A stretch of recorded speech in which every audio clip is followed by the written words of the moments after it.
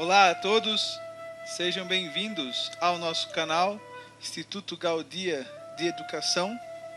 Meu nome é Mahakrishnanam e eu estou trazendo mais um vídeo para vocês sobre um tema da consciência de Krishna, do Vaishnavismo Gaudiya. Especialmente hoje é um tema mais relacionado à instituição, ao grupo interno. Lembrando que aqui em nosso logo está descrito Instituto Gaudiya de Educação de Belo Horizonte, mas esse vídeo em particular, ele não reflete a opinião dos devotos ou da congregação de Belo Horizonte. Esse vídeo ele tem um escopo mais pessoal, ou seja, ele reflete a minha opinião como livre pensador, como livre especulador, mas é lógico que eu vou estar embasando essa opinião nos Shastras, ok? Vamos lá então.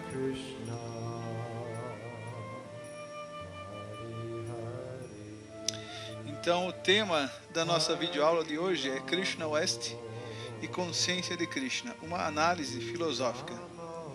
Na verdade, esse título ele aparece dual, né? Krishna West e Consciência de Krishna, como se fossem duas coisas diferentes, mas na verdade tudo é uma coisa só, né? Krishna West e a consciência de Krishna, se a gente pegar por uma característica tradicional, consciência de Krishna, ISKCON mais tradicional, mas tudo é a mesma coisa, né? Tudo pertence a ISKCON de Srila Prabhupada.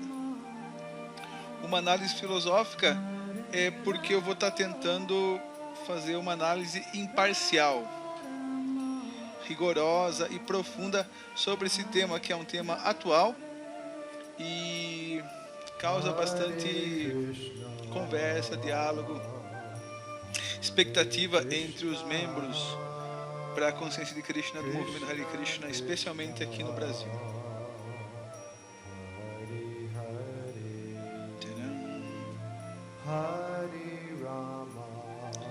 Então, qual seria a base estrutural do Krishna West, né? Da onde vem todas as premissas, os argumentos? Qual seria a fonte, né, epistemológica do Krishna West? Então, a gente conseguiu identificar como fonte primária a figura de Hridayananda Maharaj, popularmente no Brasil conhecido como Srila Acharya Deva, apesar desse título e os outros títulos, né, Bhaktipada, Krishnapada, Acharyapada, serem recomendados a não serem utilizados pelo GBC, pelo corpo governamental. Então, Hridayananda Maharaj, ele é discípulo direto de Srila Prabhupada e ele é o proponente do Krishna West. Então, primeiramente, eu queria falar um pouco sobre a grande personalidade, a grande figura de Hridayananda Maharaj. Então, Hridayananda Maharaj, ele foi um dos pioneiros a se juntarem ao movimento Hare Krishna, a ISKCON de Srila Prabhupada, no final da década de 60. Ele é um intelectual brilhante, grande poliglota e um grande devoto de Krishna. Então, pelo fato dele ter toda essa destreza com línguas, ele veio para a América do Sul, né, México e outros países, inclusive o Brasil, mas devido a ele ter problemas de saúde, se eu não me engano, problema do coração, ele ficou mais centrado no Brasil, enquanto Sua Santidade Jayapataka Maharaj ficou responsável, né, por países como Peru, como Bolívia, como Equador e vários outros países da América do Sul. Mas Hridayananda Maharaj, ele se focalizou aqui no Brasil. Então ele é o pioneiro, né? Ele é o colonizador. Quando Prabhupada, na década de 70, recebe uma carta de Dhanvantari Swami, da Bahia, pedindo para que mandasse um devoto, Jagabhititra, o irmão de Maharaj Dhanvantari, já estava nos Estados Unidos e fora questionado sobre essa carta, né, se ele conhecia a pessoa. Então, a pedido de Prabhupada, Hridayananda Maharaj vem no Brasil. Então, muitos dos pioneiros, dos grandes santos que nós temos na ISKCON Brasil, como Maharaj Kshatrai, Parangati Prabhu, Dhanvantari Swami, mesmo o Chandramukha Swami, que é discípulo direto do Hridayanda Maharaj, todos esses devotos foram educados por Hridayanda Maharaj. Maharaj tem uma influência direta no humor, na cultura do yatra brasileiro. Outra grande questão, outro grande ponto interessantíssimo para glorificar Hridayanda Maharaj é o que o movimento no Brasil foi muito forte, especialmente na década de 80 e 90, graças à sua figura. Então a distribuição de livros no Brasil esteve à tona, foi muito forte.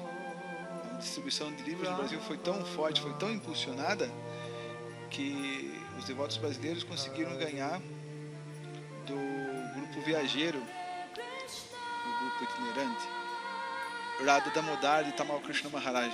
Foi um dos grandes campeões de Sankirtan no mundo, o yatra brasileiro, sob a liderança de Hridayanda Maharaj. O desenvolvimento de Nova Gokula, Maharaj tem um apreço muito grande pela maravilhosa fazenda de Nova Gokula, Radha Gokulananda, e a tradução do Srimad Bhagavatam, quando Prabhupada abandona o corpo, quando ele parte, em 1977, em novembro de 1977, o Bhagavata Purana, o Srimad Bhagavatam, estava incompleto. E foi a grande obra, né, o grande trabalho, talvez o principal. O Prabhupada fez muitos trabalhos, mas o Srimad Bhagavatam é a grande obra para a posteridade, né, como guia da consciência de Krishna, como guia espiritual para a humanidade.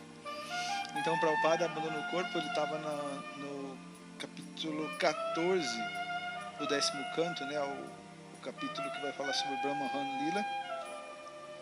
Então daí por diante, Hridayanda Maharaj, junto com uma equipe, né, de escritólogos, mas é ele quem vai liderar, né, os comentários e as traduções.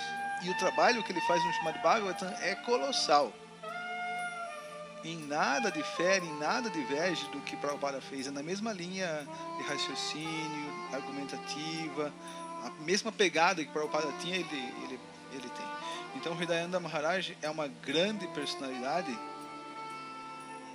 um grande devoto, merece todo o respeito e toda a reverência, né?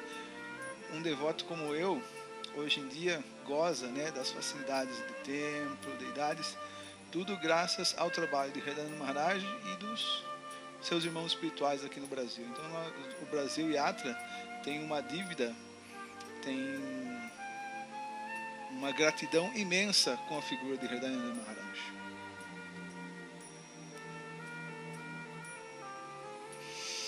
Então, para poder falar um pouco sobre o Krishna West, eu resolvi pegar alguns de seus fundamentos. E aí, aonde eu vou encontrar esses fundamentos?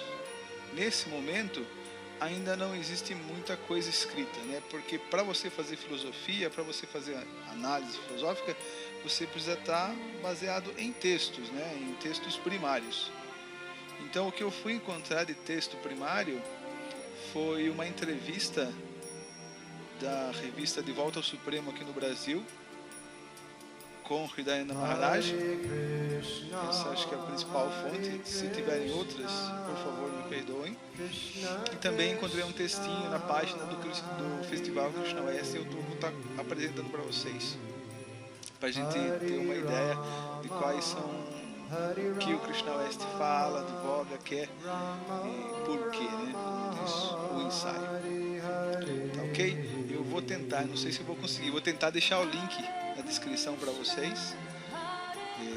Lembre-se que eu estou fazendo isso daqui sozinho, né? Eu estou fazendo no método Punk, ou seja, no método faça você mesmo. Eu estou aprendendo a usar o editor de textos, o Camtasia, etc. Então eu não sei se eu vou conseguir deixar o link na descrição aqui de maneira cômoda para vocês clicar, mas se não tiver, vai estar no PowerPoint, vocês vão ver aqui descrito. Então, artigo publicado na revista Volta ao Supremo com o título Krishna West, como e porquê. Então, se vocês digitarem no Google Volta ao Supremo, Krishna Oeste come por quê? Então, provavelmente vai sair esse pequeno artigo da revista Devoto Supremo. Krishna Oeste, porque Krishna é a suprema personalidade de Deus. E Oeste, assim como Oeste, East seria o Oriente, né, na tradução nossa, e o Oeste seria o Ocidente, né, ou seja, a consciência de Krishna voltada para o público ocidental. Então vamos ver alguns pontos filosóficos nessa entrevista com Hridayanda Maharaj feita pela revista. Então aqui Hridayanda Maharaj falando em primeira pessoa. Prabhupada queria que seu movimento fosse um grande sucesso no Ocidente. Ou seja, essa é uma das características principais de Srila Prabhupada, o fundador do movimento Hare Krishna, da ISKCON, e ele queria disseminar essa mensagem do Sr. Chaitanya, do Srimad Bhagavatam e da Bhagavad Gita para todo o universo. Então, isso é característica, né, do movimento de Sankirtan de Sri Chaitanya Mahaprabhu. Sri Chaitanya Mahaprabhu, ele vem com o humor de Divdoya, ou seja, de compaixão, de misericórdia pelas entidades vivas, né? Tanto que nós podemos ver a reforma que ele faz no Vaishnavismo, né? Rompendo com o abuso, com a manipulação dos Smarta Brahmanas, dos Brahmanas de casta, em relação ao conhecimento, e ele torna o conhecimento acessível a todos, colocando a questão do Swadharma como alma espiritual, que quem pratica o processo de Bhakti, de devoção, é alma espiritual, por isso todos têm o direito de praticar Bhakti, né? Por isso Krishna Chaitanya Mahaprabhu é conhecido como Patita Pavana Avatara, Patita Pavana Ritu Tava Avatara, ou seja, que ele é a encarnação que vem dar misericórdia para os mais caídos. Então a gente vê quando o movimento de Sankirtan, ele era recluso, né, estrito na casa de Srivas Pandita. Depois Chaitanya Mahaprabhu rompe com isso, né, no passatempo com casa, com o passatempo do Nagar Sankirtana, ele leva o movimento de Sankirtana, o Sankirtana, o canto congregacional, para as ruas, acessível a todas as pessoas, e mesmo as pessoas que eram empoderadas por ele, né, como Haridas Thakura, Ramananda Roy, Rupa, Sanatana, entre aspas, eram pessoas que não estavam no padrão do brahmanismo, né, do brahmanismo de casta. Mas ele elegeu essas pessoas como os mais elevados do seu movimento. Então, o movimento de Sankirtan, ele tem uma urgência, uma característica marcante de pregação, de levar esse conhecimento acessível para todas as pessoas. Então, foi nesse humor de Chaitanya Mahaprabhu que Srila Prabhupada veio para o Ocidente. Então, é claro que uma das preocupações fundamentais de um seguidor de Chaitanya Mahaprabhu, de Srila Prabhupada, é como eu posso levar esse conhecimento para as pessoas. Como eu posso espalhar esse conhecimento para o maior número de pessoas. Então essa é uma questão fundamental, como eu posso sair do meu mundo, como eu posso sair do meu comodismo e ajudar as pessoas de verdade, levando esse conhecimento da consciência de Krishna para elas. Então, essa é uma preocupação de Chaitanya Mahaprabhu, é uma marca do seu movimento. Prabhupada, claro, importa essa mesma preocupação genuína, né, compaixão pelo mundo, para Dukkha-Dukhi, a marca do devoto. Então Hridayanda Maharaj está quebrando a cabeça também. Como é que eu posso espalhar a consciência de Krishna para o mundo? Como é que as pessoas vão aceitar a consciência de Krishna? Então essa é uma preocupação legítima, extremamente fundamental, que a gente vê nessa tentativa de Krishna Oeste de Hridayanda Maharaj. Então Prabhupada queria que seu movimento fosse um grande sucesso no Ocidente. Isso não está acontecendo. Devemos pelo menos tentar fazer uma apresentação mais efetiva. Então, assim como alguns devotos, né, como o Devamrita Swami, Maharaj Hridayanda está quebrando a cabeça de como as pessoas aceitem a consciência de Krishna. Será que precisa fazer alguma mudança? Será que existe alguma outra fórmula? Então, o que eu preciso fazer? O que depende de mim? Qual é a minha parte para tornar a consciência de Krishna efetiva, acessível, que as pessoas aceitem? Se é que isso depende de mim, né? Já que as pessoas não estão aceitando em larga escala. Então, aqui outra resposta, né? Outro ponto de Hridayananda Maharaj na entrevista é: como podemos atrair muitas pessoas inteligentes para a ISKCON? Como é que podemos atrair as pessoas inteligentes, educadas, pessoas que vão influenciar as outras, os shrestas, que vão poder promover uma transformação no meio social, que vão poder influenciar, pessoas influenciáveis, pessoas que vão influenciar outras pessoas? Como elas vão se tornar atraídos pela ISKCON de Prabhupada? O que estamos fazendo agora, obviamente, não está funcionando. Novamente, é a crítica. A crítica, ela é uma característica da pessoa inteligente. Crítica e autocrítica. A gente vê que a história da filosofia, grande parte, ela é feita por críticas, né? Críticas construtivas. Algo que não dá dando certo, a pessoa inteligente, ela analisa, ela enxerga isso, as falhas, e ela vai querer remediar. Então a primeira coisa que ela faz é críticas, né? Apontar, ó, isso não está funcionando, isso outro não está funcionando, e esse outro não está funcionando. Então precisa mudar, precisa fazer alguma coisa. Então essa característica crítica, ela não é proveniente de uma personalidade tacanha, ou mesquinha, ou cruel. A crítica, ela é um produto da inteligência, do discernimento entre o certo e o errado. Por que isso está errado? Isso precisa mudar.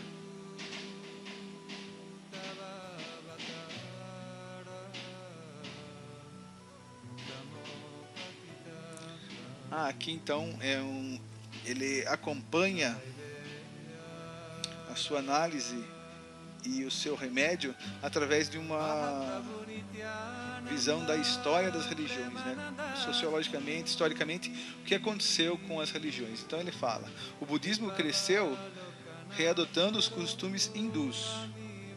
O cristianismo morria até suspender a regra de que um seguidor de Jesus tinha que seguir muitos costumes judaicos. Ou seja, houve pequenas reformas e assim essas religiões conseguiram sobreviver e se espalhar. Mesmo o profeta Maomé disse que os pregadores islâmicos deviam se adaptar a cada país a que fossem. Ou seja, há necessidade de mudar os aspectos aparentes e conservar a essência. Não existe uma religião que eu conheça que virou um grande sucesso sem fazer ajustes relevantes. Então ele está advogando pela execução de ajustes que sejam relevantes e sejam necessários, né? Para que possa se espalhar a consciência de Krishna, como aconteceu com essas antigas religiões históricas, né? Com essas grandes religiões que estão aí permanecendo até hoje. Quero que a missão de Prabhupada seja um movimento importante no mundo em geral.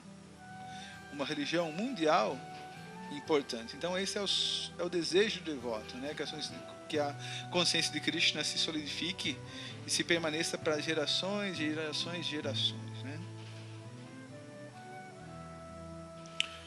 Então aqui é uma pergunta, né, da revista. As perguntas da revista são muito boas. O senhor acha que o uso do nome ISKCON Krishna West seria de bom auxílio nesse entendimento de todos de que é, como o senhor disse na declaração da missão do Krishna West, um movimento dentro do movimento? Então o Krishna West, ele não é uma dissensão, não é uma reforma, não. Ele é ISKCON e segue os mantras, a literatura, a liturgia da ISKCON, né? Então as mudanças, pelo que se percebe, são em aspectos culturais, em alguns aspectos sociais. Vamos ver isso mais para frente. Com relação às fontes primárias, aqui então ele vem corroborar, né?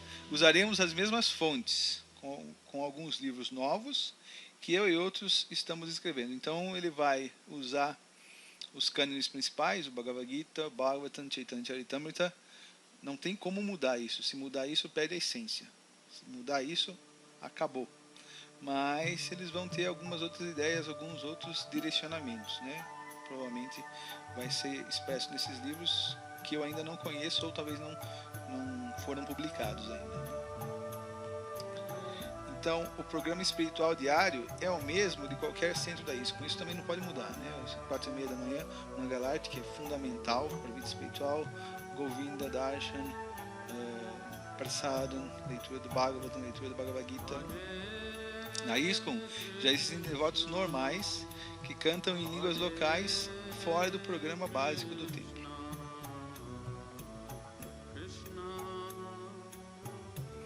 Então existem pessoas, né, compondo discos, músicas, etc., já em suas línguas, né? Isso é uma contribuição para agregar, né? Tem-se a estrutura principal, cervical, do programa, né? Como já é passado pelo Parampara, pelos acharyas, e aí a cultura respectiva do sujeito pode agregar, pode somar essas outras contribuições. Pelo menos é assim que entendemos, né? Agora, se isso vai ser adaptado, vai ser colocado na prática, essa é uma outra questão, né? A adaptação, a implementação dessas mudanças. Então aqui é uma pergunta da revista do Alto Supremo. No panfleto de divulgação do Krishna Oeste, descreve-se que também estamos constatando em diferentes partes do mundo que Krishna Oeste é uma ferramenta poderosa para atrair devotos experientes de volta ao serviço ativo, ou seja, devotos antigos, devotos que foram ativos no passado, mas estão afastados. Então o Krishna Oeste ele seria um elemento para atrair esses devotos. Então ele pede para Hridayananda Maharaj discorrer, falar sobre isso. Não há muitos devotos, agora ele faz uma afirmação, né? Ele pergunta, mas já faz uma afirmação. Não há muitos devotos que se afastam da ISKCON por questão da indianização. Então um dos pontos, né, é o que seria essa indianização? Então supostamente seria as questões culturais, né, como as roupas, a alimentação, algumas características socioculturais que são efetivas para o indiano hoje, em suas cidades, né, Mumbai, Delhi, Calcutá, são características da sociedade hindu atual e não são conhecimento essencial, né? Aquilo que não pode ser mudado, o primário, né? Até onde entendemos, mas em geral afastam-se por desavença entre os devotos, decepção com líderes que caem, dificuldade com o sadhana pessoal, descrença da teologia. O Krishna Oeste tem procedimentos diferentes da ISKCON geral para lidar com tais coisas, também de modo a atrair aqueles que se afastam por esses motivos de volta ao serviço devocional. A questão, acho que essa a última parte da questão é bem colocada. O que é que afasta esses devotos que foram ativos no passado e hoje não são tão ativos? Por que é que eles estão desestimulados? Então as questões que a revista coloca são muito interessantes, né? Será que é desavença entre os devotos? Lembre-se, desavença não acontece só entre os devotos. Isso é uma das características da era atual, era de Kali. Brigas, rinhas, a presença da personalidade de Kali causando atrito entre aqueles que querem servir a Deus, isso é um fato, né? Briga, desavença, atrito é um fato. E isso realmente causa desgosto, isso causa afastamento. Muitos líderes que eram ícones, que eram fonte de inspiração, caíram, né? Voltaram a se envolver com atividades materiais, com atividades do passado. E é lógico, aqueles que seguiam, que tinham fé, que tinham eles como ícones, perdem força, perdem esperança, perdem a fé e se afastam do movimento. Dificuldade com o sadhana, né? Não é tão fácil, muito pelo contrário, acordar todos os dias às 4 da manhã, concentrar a mente por 2 horas, cantar 16 voltas de japa, não se intoxicar, comer só alimentos vegetarianos, ter uma vida centrada, né, no Bhagavad Gita. Então as pessoas, muitas veem a sua dificuldade, veem a sua condição pessoal e falam: bom, é melhor eu desistir, é melhor eu me afastar, estou me privando de tanta coisa, é melhor eu fazer outra coisa. Ou então dúvidas, né? Isso é normal, devido à influência material nós temos dúvidas, e essas dúvidas nos arrastam para o fundo, né? Nos arrastam ao ceticismo e à separação. Então ele pergunta se essas questões é que são relevantes para alguém se afastar. Como é que o Krishna West vai resolver essas questões? Se é que conseguiria resolver, ou teria alguma sugestão, alguma hipótese? Ou não, é a indenização, os costumes hindus atuais. Então Hridayananda Maharaj dá a seguinte resposta: na realidade, muitos devotos se afastam da pregação ativa porque não se sentem bem com a apresentação muito indiana. Quantos devotos? Quais devotos? Será que a apresentação muito indiana ela tem mais peso para o afastamento das pessoas do que esses motivos que o repórter, o entrevistador colocou? Será que alguém se afasta do movimento porque não quer usar dote? Será que alguém se afasta do movimento porque não quer comer, porque não gosta de samosa, quer comer pizza ou macarrão? Em nenhum momento o movimento proíbe, né, de comer pizza ou macarrão, pelo contrário, uma das coisas mais devora no movimento oferecido a Krishna, prasada. Será que alguém que realmente tem desejo sincero de servir a Deus, de conhecer Deus face a face, conhecer Krishna, dote ou costumes estrangeiros seriam barreira para que ele se fixasse no movimento? Outra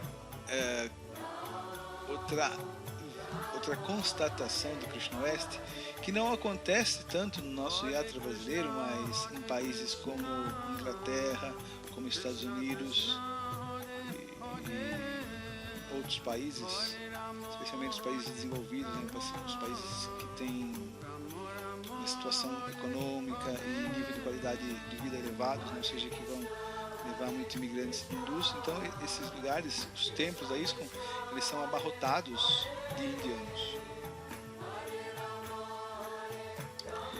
Então alguém da cultura local, alguém local, vai visitar o templo e daí vê um monte de indiano lá. Aí ela tem a qual impressão? Isso é algo restrito. Isso é algo particular para os indianos. Não é algo universal. Não é algo para todos, né? Não estou vendo pessoas do meu povo, pessoas da minha nacionalidade aqui presentes. Estou vendo indianos. Então isso seria causa de afastamento. Então,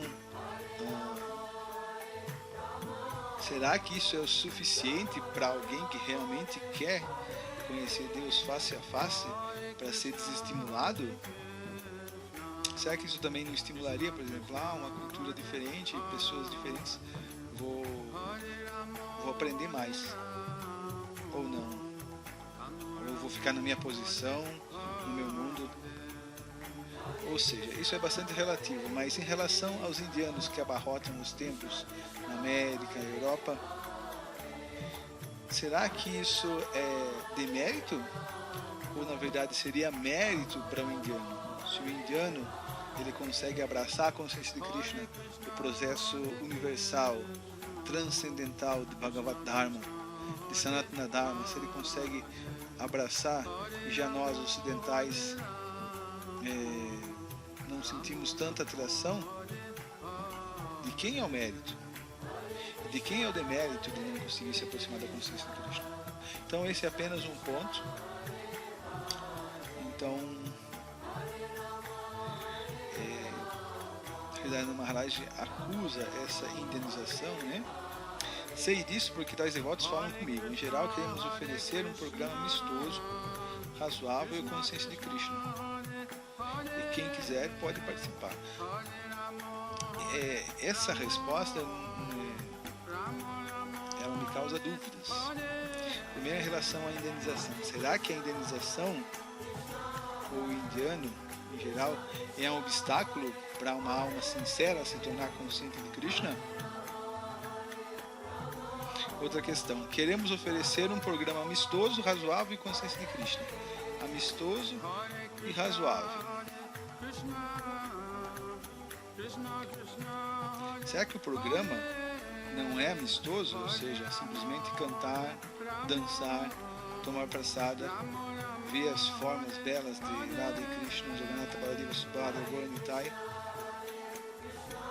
Ou seja, se comparado ao processo que Prabhupada estipulou para nós, nosso sadhana, comparado ao sadhana de um jnani, de um yogi, mesmo de um karmi que é totalmente tribulado em relação aos sacrifícios, regras e regulações, será que o nosso processo não é razoável e acessível à mentalidade, à idiosincrasia do homem ocidental?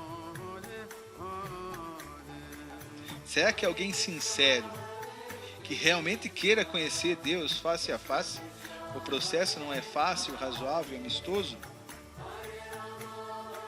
Ou seja, será que essa é uma premissa válida para ter a necessidade de mudar o sadhana, toda a configuração, toda a formatação que foi dada por Srila Prabhupada, de acordo com todo o Parampara, de acordo com toda a sucessão discipular? E quem quiser pode participar, ou seja, hoje em dia todos podem participar na ISKCON. Homens, mulheres, heterossexuais, homossexuais, desde que sigam as regras e regulações, todos são bem-vindos. Nunca Prabhupada rejeitou ninguém. Pelo contrário, nós, membros da ISKCON, viemos das classes, dos níveis mais baixos, pessoas com problemas, pessoas que vinham de intoxicação, desajuste social e até mesmo delinquentes, se tornaram pessoas santas por seguirem as ordens de Prabhupada, as instruções de Prabhupada, à risca como ele deixou.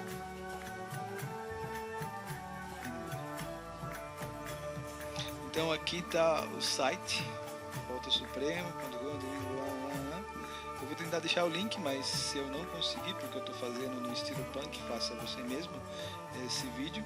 Então vocês vão aqui nesse site, né, e acessam a entrevista na íntegra, ok? Então, esse seria uma referência menor, eu sei. Então aqui é um trecho retirado da página do Festival do Krishna West. Aqui também está o endereço do site. E ali eles propõem o pensamento do Krishna West da seguinte forma: chamamos este projeto de Krishna West porque fazemos todo o possível para tornar Bhakti Yoga fácil. Ou seja, pelo jeito o processo que está sendo dado agora não é tão fácil, né? Agora que eles vão inventar a roda e tornar fácil o processo para as pessoas em geral. Relevante, ou seja, a pessoa não consegue se tornar consciente de Krishna com o processo que está agora. E agradável para as pessoas ocidentais, sem de modo algum comprometer, diluir ou diminuir a pureza e o poder de uma tradição antiga e gloriosa. Então qual é a mudança? Fazemos isso para oferecermos o ensino e a prática de espíritos essenciais em sua totalidade, sem exigir que estudantes e praticantes abracem uma nova etnia composta por roupas, culinária, música, etc., orientais e não essenciais. Esse aspecto é uma questão de bom senso, né? O Hridayana Maharaj, ele se arvora muito numa passagem do quarto canto do Bhagavatam de Dhruva Maharaj, quando Dhruva Maharaj está na floresta fazendo penitências e austeridades para conseguir o favor de Vishnu. Então ali, depois de ser instruído por Narada Muni, ali explica, né, que ele oferecia flores, frutas, os elementos sazonais, né? E Prabhupada dá uma ênfase nisso. E é claro que a consciência de Krishna ela tem que ser utilizada de acordo com os recursos naturais, ou seja, tudo pertence a Krishna, tudo vem de Krishna. Nada mais inteligente que usar os produtos, frutas, legumes, alimentos sazonais e da região para Krishna, né? No Brasil você poderia oferecer açaí para a deidade, né, em ocasiões especiais, etc. Qual o problema? Uma questão de bom senso, né? As pessoas no Ocidente necessitam e merecem a chance de praticar Bhakti Yoga genuína. Ou seja, quer dizer então que na ISKCON não existe Bhakti Yoga genuína? Ou seja, antes não existia Bhakti Yoga genuína. Agora, com a presença do Krishna Oeste, vai existir Bhakti Yoga genuína? Ou seja, se os textos são os mesmos, o padrão é o mesmo. Bhagavatam, Bhagavad Gita, Néctar de Devoção, Chaitanya Charitamrita, que é a essência. O que não tinha de genuíno? As vestes? Quer dizer, então, por usar calça e camiseta, a gente vai ser mais genuíno? Ou isso é um aspecto material e relativo? Dentro de uma cultura externa que seja confortável e natural para elas. Ou seja, o texto vem da página do festival, né? A fonte primária realmente é a entrevista com o Hridayanda Maharaj. E pelo que nós ouvimos, o Hridayanda Maharaj é muito aberto à discussão, a diálogo, e se revela muito humilde, muito modesto, mesmo em relação às críticas dos seus irmãos espirituais. Ele ouve com muita atenção, especialmente o fato de, por exemplo, lugares como a ISKCON Mayapur, ela tem o título, né, de ser a capital espiritual do mundo, ou seja, a matriz do movimento Hare Krishna da ISKCON é Sridham Mayapur. É de lá que vem o padrão, o standard da consciência de Krishna para o mundo todo, né? Então, especialmente na Índia, nós temos devotos como Bhakti Vidyapurna, Bhakti Vikas Swami, Harishauri Prabhu. Tem uma outra devota que eu esqueci o nome. E eles são apenas alguns, né, que fazem uma crítica, que tem uma mentalidade, uma direção oposta à mentalidade do Hridayanda Maharaj, a mentalidade do Krishna Oeste em si.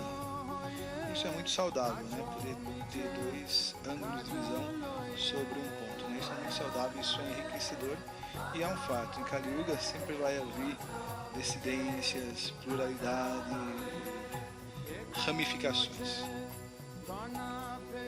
Krishna explica isso na Bhagavad Gita, né? No capítulo 4, verso 2. Vamos para Praptam, Imam Rajarsha Viduhu, Sakalene Ramahata, Yogunasta Parampara.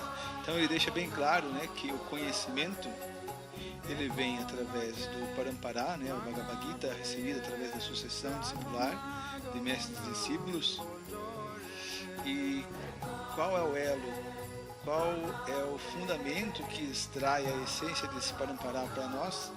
É o Guru, é o mestre espiritual. Por isso esse verso 2 do capítulo 4 ele tem uma conexão harmônica, redonda, com o verso 34 do mesmo capítulo, né? Tá? Dividir para Nipatena, Pariprashnena Sevaya, Padekshante Tegyanam, Gyaninastatua Darshana. Então esse verso explica como nós devemos nos aproximar, servir o mestre espiritual. O conhecimento vem do Parampara, e o elo com o Parampara, a maneira da gente se conectar com o Parampara é a figura do mestre espiritual. Então, Gyana, esse capítulo que fala sobre Gyana, conhecimento transcendental, ele tem esses dois pontos chaves. Só que Krishna no verso 2 ainda, ele vai falar o que? Sakalineha Mahata Yogunasta Parantapa, ou seja, que Sakalineha Mahata, que o tempo devora os princípios religiosos. Então esse é um fato no mundo material, especialmente em Kali Yuga. Sempre vai haver dissensões, sempre vai haver ramificações, sempre vai haver separações. Isso é um fato. Agora, separações, ramificações são necessárias quando se tem um Parampara e a figura do Paramacharya, do Paramaguru, tão presente, que é o caso de Srila Prabhupada. Por que nós temos que ser causa de ramificação e separação e modificação? A grande questão é, essas modificações realmente são necessárias? Ou dissensões, brigas, separações e rupturas são devido à influência da própria personalidade de Kali? Já o fato de cooperação, união, tolerância e sempre seguir em frente juntos, isso não seria a tônica do movimento de Sankirtana. O Sankirtana é para ser completo, o Kirtana é para ser completo e total. Ele necessita da união de todos os devotos para comprovarem o seu amor e sua rendição a Srila Prabhupada, né, o fundador Acharya. Então essas são algumas questões para a gente poder pensar e refletir bastante, né? Então agora eu vou pegar um pouco da base estrutural da consciência de Krishna, ou digamos da consciência de Krishna tradicional, como ela foi implementada por Srila Prabhupada, que é a mesma do Krishna West. Não façam rupturas, não criem diversidade, não rompam, porque na verdade é tudo a mesma coisa, pelo menos ainda nesse momento histórico. Então, qual é a base da consciência de Krishna, digamos, mais tradicional? É a figura fundadora de A.C. Bhaktivedanta Swami Prabhupada. Ele é o fundador Acharya, aquele líder carismático que ensina pelo exemplo, pelo comportamento santo, né? Acharya, o comportamento ideal, o movimento para a consciência de Krishna. A ISKCON, ou a consciência de Krishna tradicional, segue a autoridade do mestre espiritual. E este segue as revelações das escrituras, dos Vedas, ou seja, o Guru e os Shastras, né? As mesmas fontes epistemológicas do Krishna West.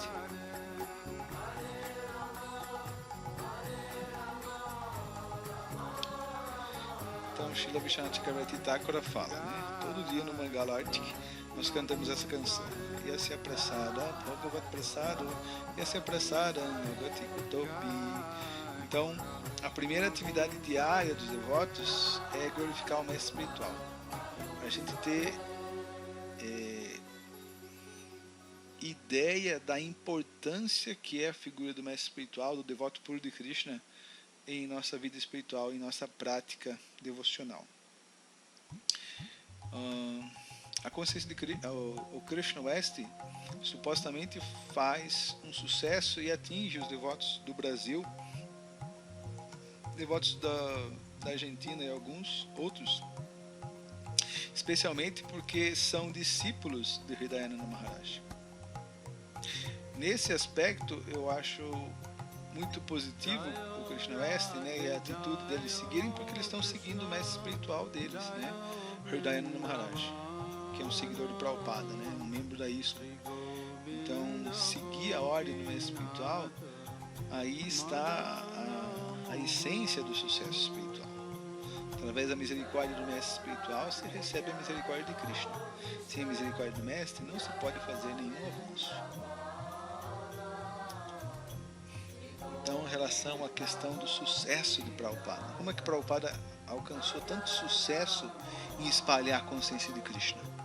Qual foi a fórmula? É que a gente está preocupado com isso, né? Como é que nós podemos espalhar a consciência de Krishna o mais amplo possível? Prabhupada foi o que mais teve sucesso com isso. Conseguiu espalhar a semente da consciência de Krishna para o mundo todo. Qual é a fórmula? Qual é o segredo do sucesso de Srila Prabhupada? Então o próprio Srila Prabhupada responde, né? Após ser iniciado e receber as ordens do mestre espiritual, o discípulo deve pensar sem hesitação sobre as instruções ou ordens do mestre espiritual e não deve deixar que nada o perturbe. Não deve ficar especulando. Esse também é o veredito de Srila Vishwanath Chakravarti Thakura, que enquanto explicava o verso do Bhagavad Gita, Vyavasayatmika Buddhir Ikeha Kurunandana, que é o verso 40 do capítulo 2, apontou que a ordem do mestre espiritual é a vida e a substância do discípulo.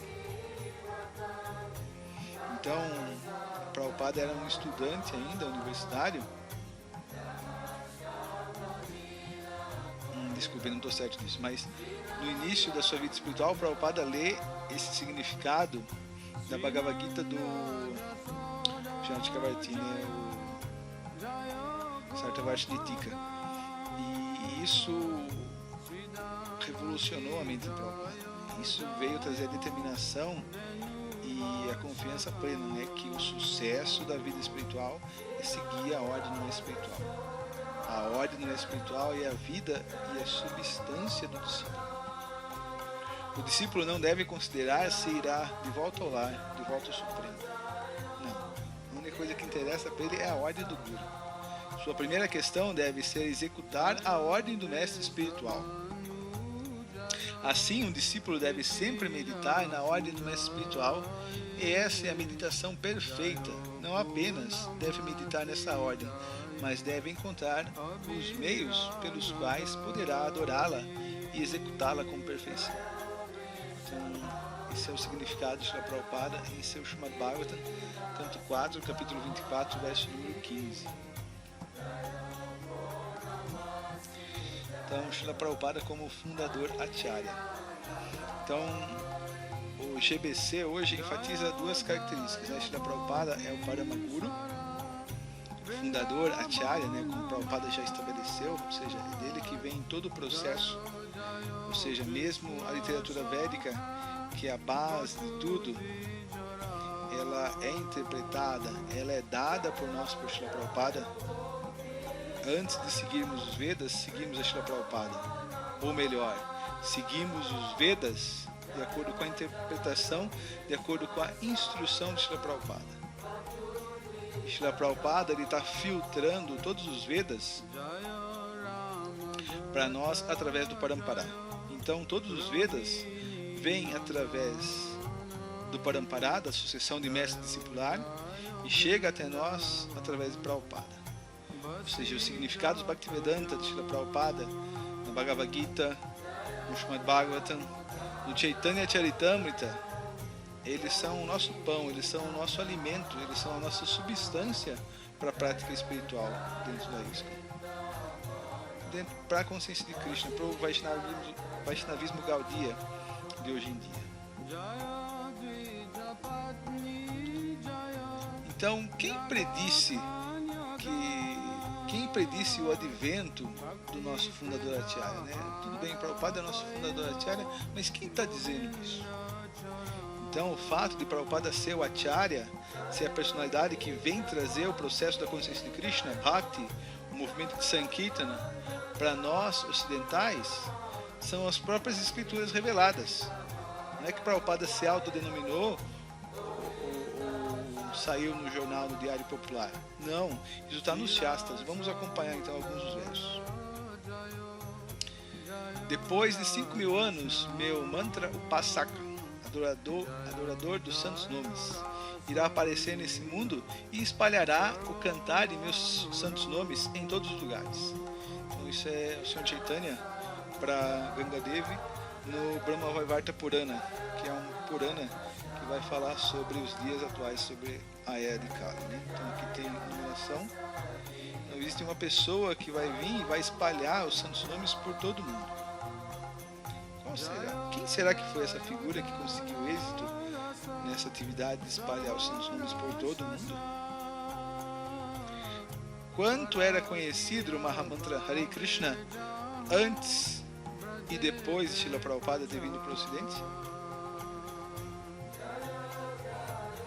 Então Srila Bhaktivinoda Thakur também fala, né? Uma personalidade em breve aparecerá para pregar os ensinamentos de Sri Chaitanya e mover-se irrestritamente sobre o mundo inteiro com sua mensagem. Isso também Sadhana Toshani. Eu esqueci de fazer uma citação, desculpem, que é a questão do Senapati Bhakta.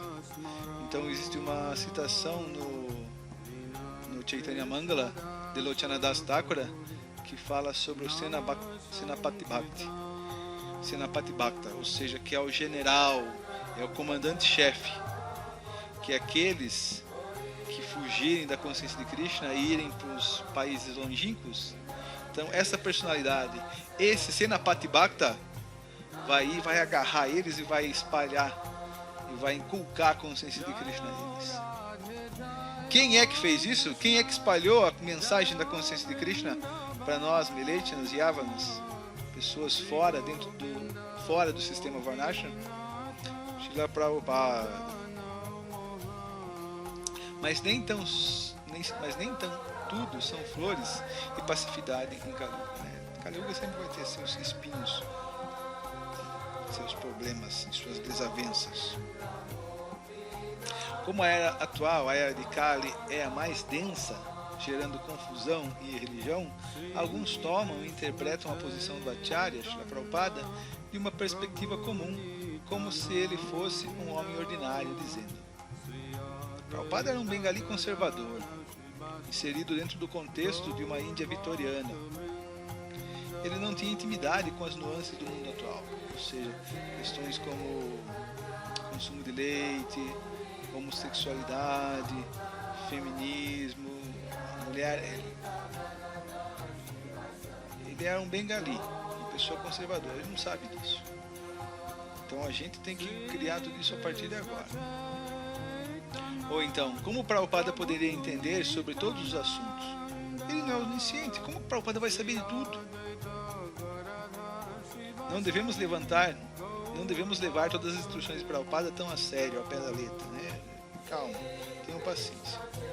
Então essas são críticas ofensivas e denotam uma mentalidade ofensiva em relação à figura de Prabhupada. Agora, como é que devemos seguir Prabhupada? Como é que devemos seguir o Acharya? Então, a própria literatura védica, o próprio Srimad Bhagavatam vai dar as diretrizes de como seguir, de como a gente deve se relacionar com esse Acharya.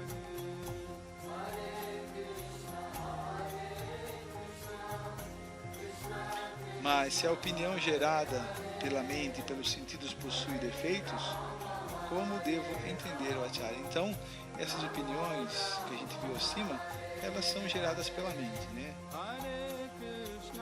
Esqueci o termo agora, mano alguma coisa. Então, elas são contaminadas por 4 classes de defeito. Então, vamos tentar ver a opinião dos Shastras, a opinião perfeita de Shabda Pramana, conhecimento a Paulo cheia sobre o humano, sobre como devemos nos relacionar com o Acharya. Eu estava pensando bastante sobre essa questão. Que sou eu? Compreendido pelas escrituras, Sakshadharitena Samasta Shastra Utastapata Bhavyataiva Sadhi Quinto Prabhorya Priyaiva Tasya Vande Guru Shri Charanaravinda. O mestre espiritual é honrado assim como a personalidade de Deus, porque ele é o servo mais confidencial de Deus. Esse conhecimento é revelado pelas escrituras e seguido por todas as autoridades. Então o mestre espiritual, o Acharya, ele é o representante de Deus, porque ele está entregando sua vida para Deus, e então Deus, Krishna, assina embaixo o que ele faz. Então vamos ver de acordo com o Srimad Bhagavatam como é que isso funciona. Swayam Samuteriya Sudustaram Dyuman Bhavarnavam Himam Madabra Samrida Bhavat Padam Koruham Navam Matrate Nidhaya Yatasat Anugraha Bhavam. Ó Senhor, que vos assemelhais ao sol reluzente, estais sempre disposto a realizar o desejo de vosso devoto, e portanto sois conhecido como a árvore dos desejos. Então, Krishna é muito bondoso, muito misericordioso com o seu devoto rendido, faz tudo o que ele quer, assim como o pai bondoso satisfaz totalmente o seu filho. sem estragar. Ao refugiarem-se inteiramente em vossos pés e lotos, a fim de cruzarem o turbulento oceano da ignorância, os acharyas deixam na terra o método que os ajudou nesta conquista. O acharya é isso, né? Ensina pelo próprio exemplo, que ele conseguiu fazendo ele pessoalmente. E como sois muito misericordioso com vossos outros devotos, aceitais este método para ajudá-los. Então, o acharya, ele ensina aquilo que deu certo, o processo que transformou, que purificou a sua consciência. Então, aquele que segue esse processo deixado pelo acharya, o Krishna aceita esse processo como autêntico.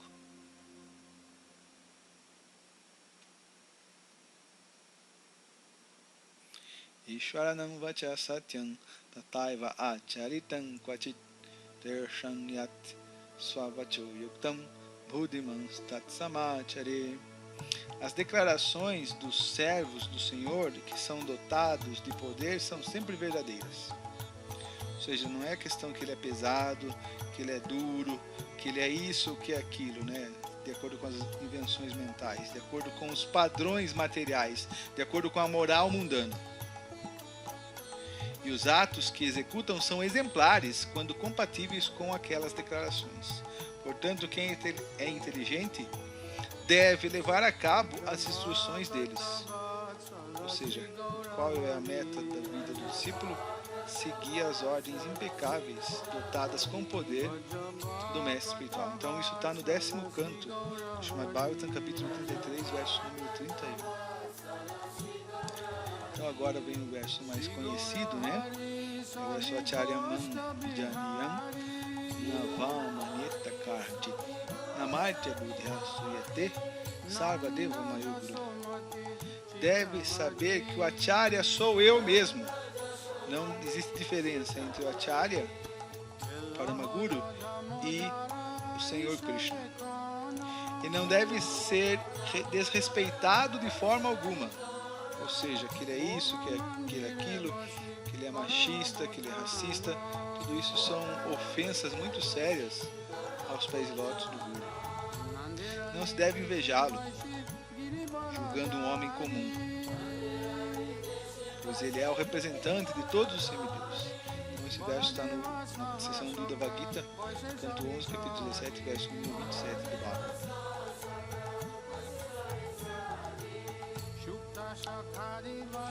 Agora a questão, né? Tudo bem, então fica comprovado shasticamente que o objetivo é seguir as instruções de Prabhupada impecavelmente.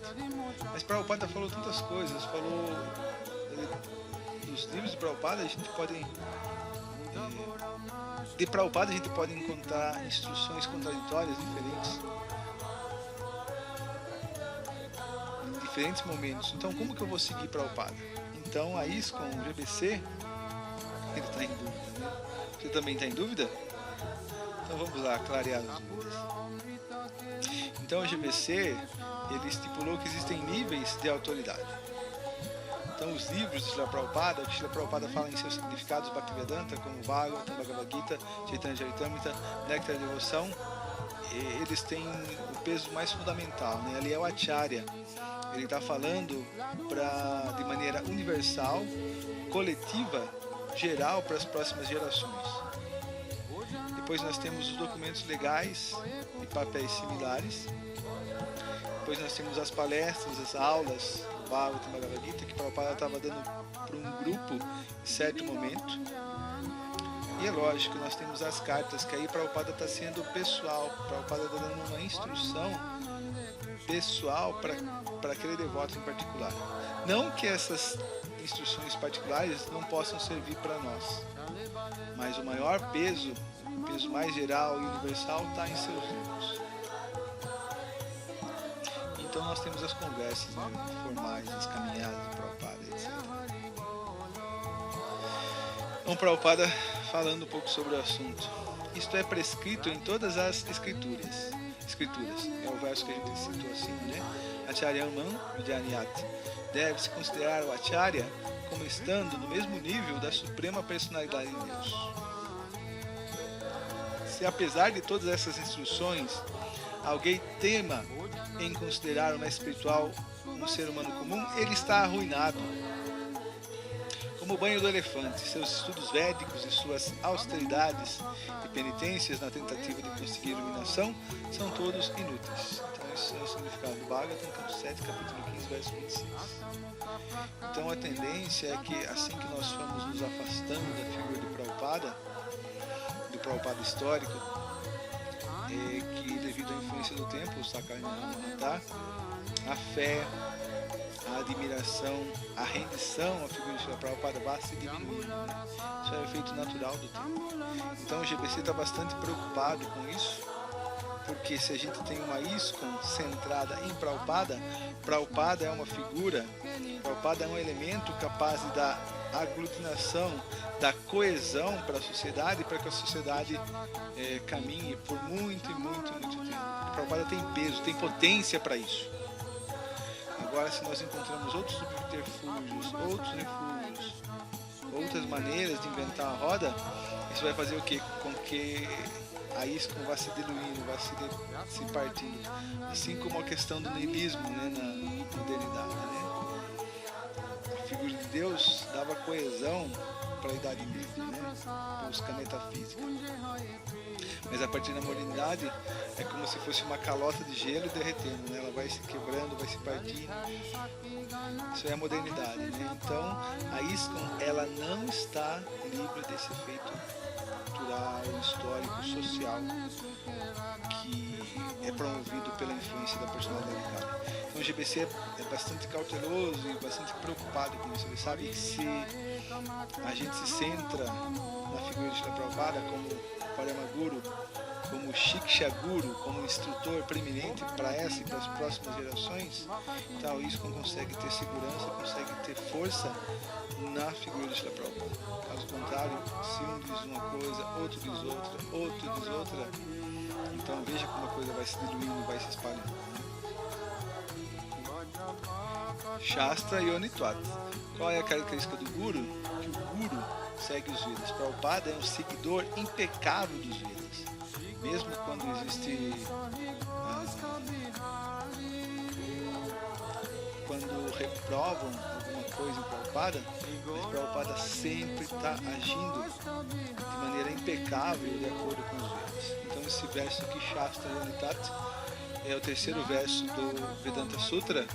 Ele vem explicar o quê? Que para você conhecer o Brahman, a fonte é as escrituras. Então as escrituras reveladas, os Shrutis, os Smritis, no nosso caso, o Bhagavad Gita e o Srimad Bhagavatam, eles são a referência primária. Mesmo o Guru segue o quê? O Guru segue as instruções do quê?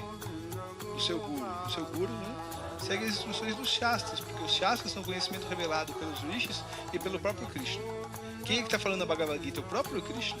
Quem está falando o Bhagavatam, por exemplo, no 11º canto? É o próprio Krishna. O devoto de Krishna não tem diferente de Krishna. Bhagavata, né? O livro Bhagavata e a pessoa Bhagavata representa Krishna. Então, como é que nós conhecemos Krishna? Através das escrituras reveladas. O Bhagavatam e a Bhagavad Gita. E a característica do Guru e dos Sadhus, Guru e Sadhu, eles são subservientes. Eles são um produto dos Shastras. Shastra Yonitvat. Os Vedas são a fonte primária para aqueles que querem praticar Bhakti. Isso foi estabelecido por Rupa Goswami da seguinte forma, né?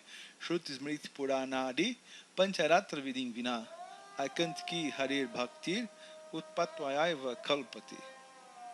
Prestar serviço devocional ao Senhor Krishna, mas ignorar os textos védicos autorizados, tais como os Upanishads, os Puranas, o Narada Pancharatra, onde estão procedimento de se adorar as deidades, é simplesmente uma perturbação desnecessária na sociedade. Ou seja, a pessoa só vai encher o saco de todo mundo e não vai conseguir avançar espiritualmente. Então isso está no Bhakti Rasamrita Sindhu, do Rupa Goswami, primeira onda, capítulo 2, verso 101. Aqui uma foto de época de Rupa Goswami para vocês. Como nosso Paramaguru e Shiksha Guru preeminente, Prabhupada é nosso maior hemeneuta com relação aos Vedas e grande observador e tradutor da sociedade atual. Assim, por estudar e praticar as instruções de seus livros, conseguimos satisfazer Krishna e todo o Guru Parampara em estabelecer uma conexão forte e segura com as próximas gerações. Prabhupada Ashraya, ou seja, se refugiando-se em Prabhupada. Então aqui uma declaração do GBC, declaração 303, sobre a posição de Srila Prabhupada. Como fundador acharya da Sociedade Internacional para a Consciência de Krishna, ISKCON, e o preeminente professor e autoridade máxima dentro de nossa sociedade, Srila Prabhupada tem uma relação única com todos os devotos da ISKCON. Apesar de ele ser tão importante, tão elevado, cada um de nós, por seguir as instruções de Prabhupada Risca, nós temos uma relação com ele. Isso significa vane-se, o serviço às instruções do mestre espiritual, que é muito mais importante.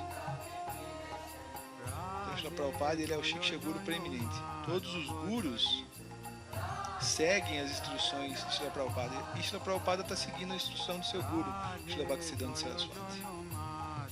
Então, se Prabhupada tinha um humor forte, pesado, pregava com uma massa, com Bhagavad Gita em cada uma das mãos, isso vem de Bhaktisiddhanta Saraswati, ou seja, ele está seguindo o mestre espiritual dele, está seguindo o guru dele. Alguns dos membros que criaram o curso de discípulos baseados nas leis da ISKCON. Então essa parte aqui é mais baseada nessa nova visão do GBC, colocando Srila Prabhupada no centro, né? Então eu queria citar o nome de alguns devotos, né, que tem essa visão, né, de colocar Prabhupada no centro e seguir essa tradição. Ou seja, fazer tudo como Prabhupada fazia. Agradecemos também aos membros do Steering Committee que criou o seminário de Guru da ISKCON, do qual nasceram a visão e a fundação desse curso de discípulos. Esse comitê incluía, além de alguns devotos apontados, Jayapataka Swami, Bhakticharu Swami, Radhanatha Swami, Garuda Das e Rukmini Devidasi, Praladananda Swami, do ministro de Sannyasis, Bhakti Chaitanya Swami, Ravindra Swarupadas, o acadêmico, Lakshmoni Mataji, Atul Krishnadas, Gopika Radhikadas, Ananda Vrindavanadas, Tarakadas, Braja Bihari Das, Madhavananda Das. Esse devoto é discípulo de Gaur Govinda Swami e mora em Jagannatha. Por esse devoto Madhavananda Das é incrível, incrível. Hanuman Das, todo mundo aqui no Brasil conhece o Hanuman Prabhu e muitos outros. Ou seja, aqui não é um, aqui é a nata da ISKCON, dos seguidores de Prabhupada, ou seja, os sadhus em concordância, né? Aceitar a autoridade do GBC foi a ordem de Srila Prabhupada, né? Esses devotos representam o GBC. Então, abre aspas, que é a citação do Ravinda Swarupa, né? A doutrina Vaishnava defende que a característica essencial a qualificar um guru é que ele segue a ordem de seu guru. Ele jamais se torna o mestre, senão que sempre permanece servo. Consequentemente, para se qualificar como um guru na ISKCON, é essencial seguir estritamente a ordem de Srila Prabhupada, que decreta que todos os devotos têm que servir cooperativamente sob a autoridade do GBC. Ou seja, aqueles que aceitam plenamente o GBC, eu vejo muitos devotos manifestarem essa característica. Srila Jayapataka Maharaj, Guru Maharaj, ele é muito obediente ao GBC. Atualmente, Parangati Prabhu ele deu um exemplo maravilhoso, um exemplo muito forte de humildade, de submissão, de aceitação ao GBC, porque o GBC, para nós, é o representante de Srila Prabhupada, mesmo que imperfeito. Aceitar a autoridade do quadro do GBC não foi uma opção voluntária, porque foi a ordem de Srila Prabhupada. Foi necessário para o próprio status de Guru. O livro Reforma do Guru, do Ravinda Swarupa, Communication Journal 2.1. Segundo Srila Prabhupada, quando eles estão dizendo que não gostam da ISKCON e do GBC, estão na verdade dizendo que não gostam de seguir minha ordem. Ou seja, que Prabhupada deixa claro, a ordem do GBC é a ordem dele. Isso significa que não gostam de minha ordem. Isso significa que não tem fé na minha ordem. Isso significa que não tem fé em mim. Isso é Guru Aparada. Dizerem que tem fé em mim é apenas hipocrisia. Então isso foi uma aula no Havaí, né? 8 de fevereiro de 1985, Honolulu, Havaí. Srila Prabhupada, adendo ao Srila Prabhupada Lilamrita por Satsvarupa Das Maharaj. Provavelmente o Prabhupada está falando sobre Siddha Swarupa e o seu grupo. A gente vai ver mais treta com eles aqui na frente, mas que vai demonstrar, né, a opinião, a mentalidade profunda de Srila Prabhupada, né? Siddha Swarupa. Mas Siddha Swarupa foi um dos primeiros, se não foi o primeiro Hare Krishna a pisar no Brasil, né? Parece que o grupo do Paravyoma e acho que mais alguns devotos se encontraram primeira vez com esse grupo, né, que veio aqui surfar no Brasil, o grupo do Siddha Swarupa. Aqui, né? Então, não mudem nada. Essa era uma das citações de Srila Prabhupada, é uma das acusações de Srila Prabhupada em relação à mentalidade ocidental, que devido à característica do tempo agora, né? Tudo é imediato, tudo é volátil.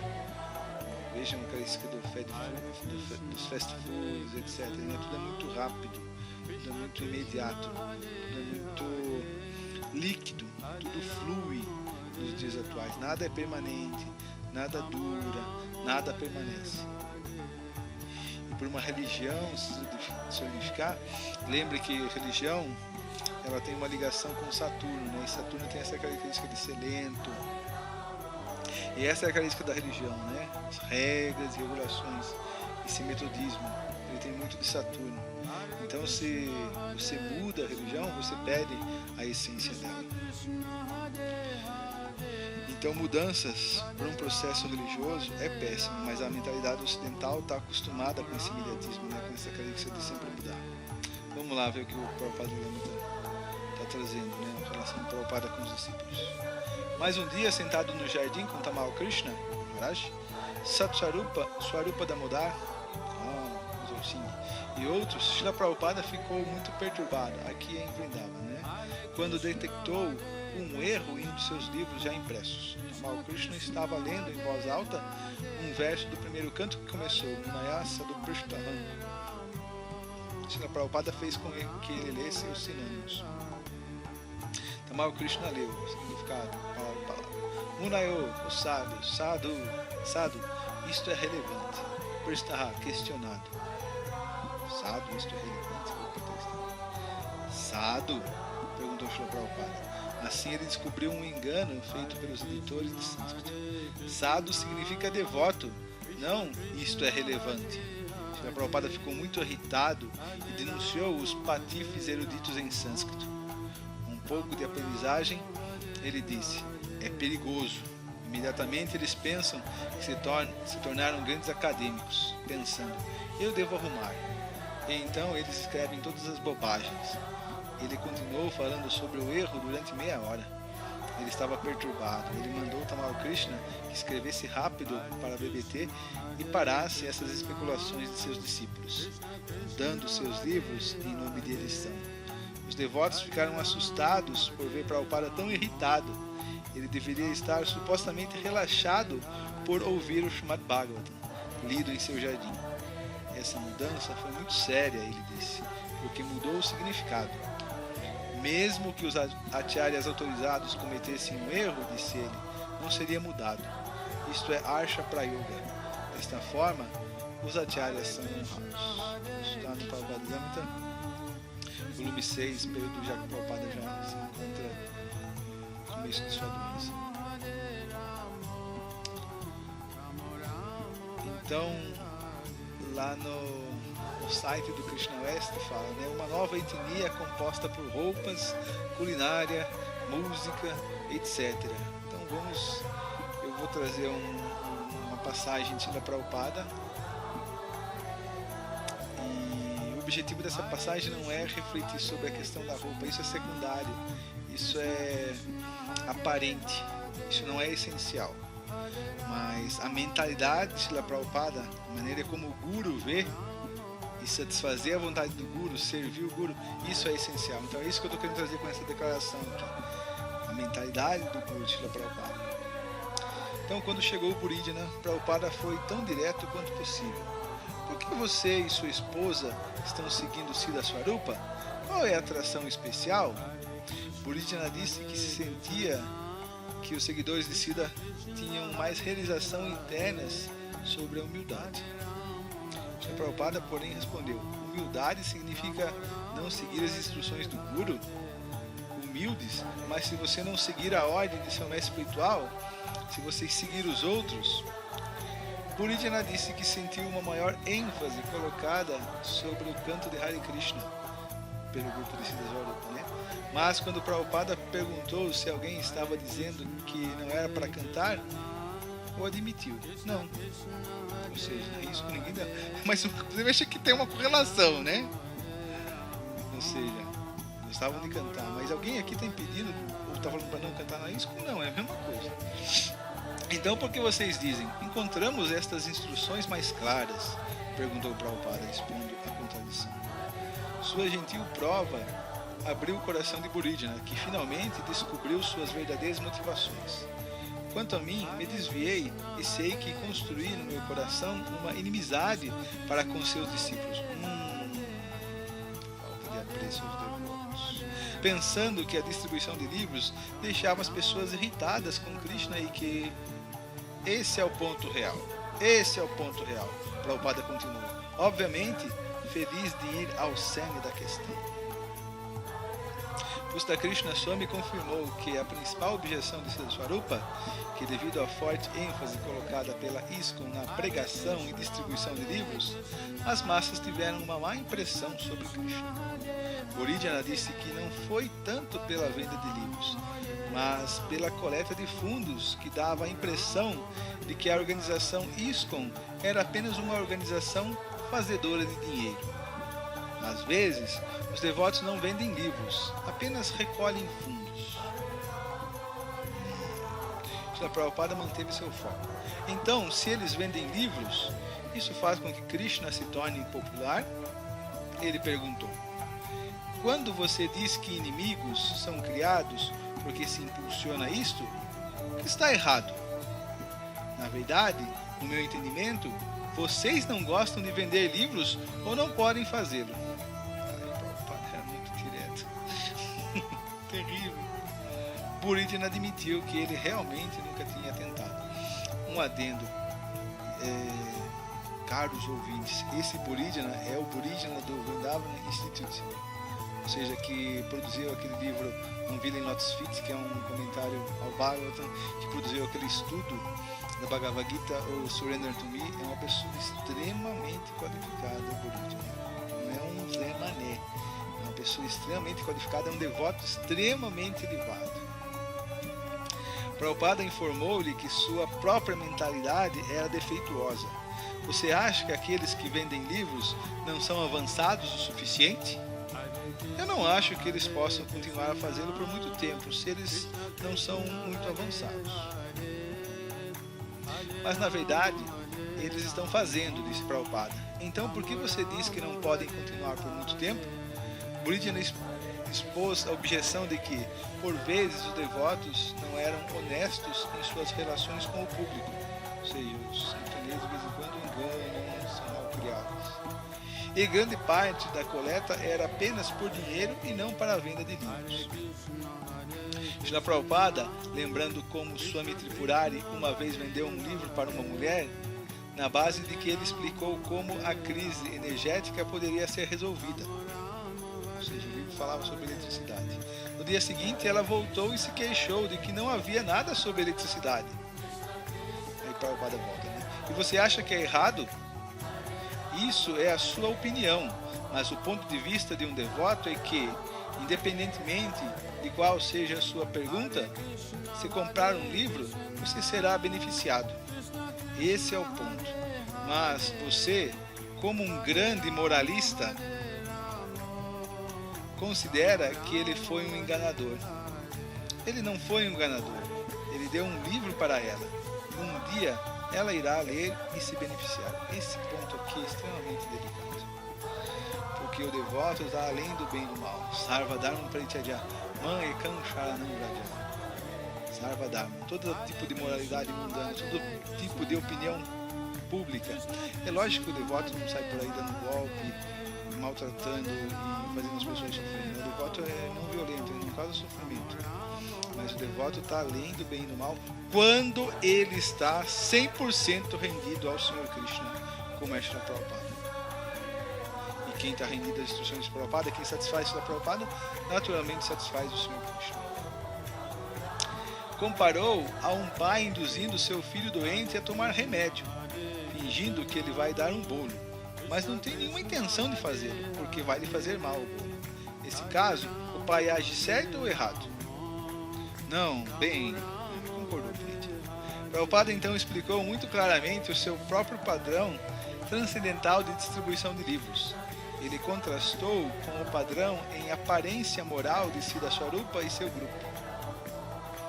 O grupo de Siddha Swarupa era bonzinho, gostava de agradar o público, era politicamente correto, estava muito preocupado com a opinião pública das pessoas, que as pessoas vão pensar de mim, oh meu Deus. Sei, de alguma ou de outra forma, eles podem vender um livro a uma pessoa. É bom para eles, o grupo de Siddha Swarupa. Não considere como ele vende, mas está sendo entregue um livro para uma pessoa e ela está pagando alguma coisa. Isso é bom, mas o grande moralista não pode compreender, porque eles estão na plataforma material. Deu o exemplo de Maharaj Yudhishthira quando disse que ele deve mentir para a Dona Acharya. Krishna pediu para Yudhishthira Maharaj, fale, Aswatthama morreu, Aswatthama morreu, Aswatthama morreu. Mas Aswatthama na verdade era um elefante e não o filho de Drona, para poder abalar Drona. Quem pediu para Yudhishthira fazer isso é o próprio Krishna. E Yudhishthira é o Dharma personificado, encarnação de Yamaraj. Ou seja, Yudhishthira não conseguia mentir, mas Krishna pediu para ele mentir. Ou seja, abandone toda a moral mundana, Yudhishthira, renda-se a mim, renda-se ao que eu quero que você faça, Yudhishthira, renda-se ao mestre espiritual, pai de ser um picareta.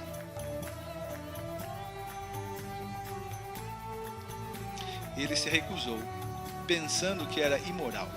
Por essa atividade moral, grande Yudhishthira, muito elevado, moralista, ele disse Prabhupada, teria que ir ao inferno, teve que ir um pouquinho para o inferno. Esta filosofia não pode ser entendida por devotos neófitos. Ele disse que a atividade não deve ser caprichosa e chegou ao verdadeiro ponto de entender o que ele, como nosso mestre espiritual, realmente quer. Aqui o Harishal falando. Ele deixou claro que aqueles que tentam agradar seu desejo são aqueles que o satisfazem. Também expôs a mentalidade real daqueles que não o fazem.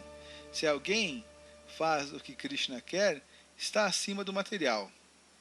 Mas é algo que não se deve ser elaborado. A questão é, nosso mestre espiritual quer que preguemos a consciência de Krishna e sublinhou repetidamente que distribuíssemos livros. Prabhupada muitas vezes disse que uma coisa deve ser julgada pelos seus resultados, e neste caso observou que aqueles que transgridem os princípios morais estão vendendo mais livros, e aqueles que são grandes moralistas não puderam. Satisfeito, Prabhupada repetiu o ponto principal. O fim justifica os meios. Fins transcendentais. O objetivo é que todos devem ter uma literatura de Krishna.